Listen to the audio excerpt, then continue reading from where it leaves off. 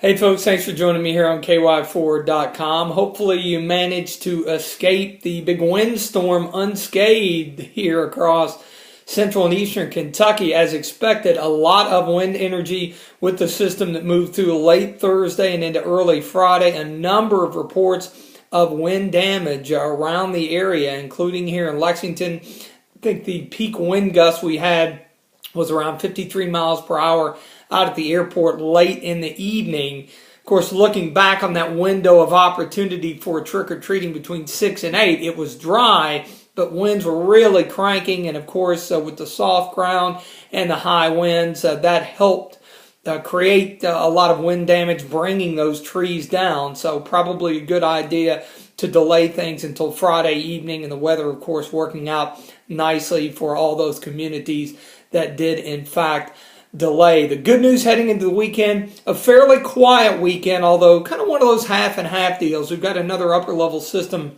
that's going to drop through the Ohio Valley, more so up into the Great Lakes Saturday. So that's going to keep some cloudiness around, and it will also mean there will be the possibility of an isolated to scattered shower. Not expecting a whole lot of coverage out of that, but more clouds, it appears, than sunshine. Things clear out on Saturday night. We drop down into the 30s, and then it is dry with a good bit of sunshine around for the second half of the weekend. Highs into the mid and upper 50s, and then eventually working back, I think, possibly into the low 60s into early next week. A drier stretch until the middle part of next week. That's when the next system will bring a better shot for rain around the area. But after all the wind yesterday, still a little breezy on Friday, but those winds will begin to slacken off a bit into the weekend.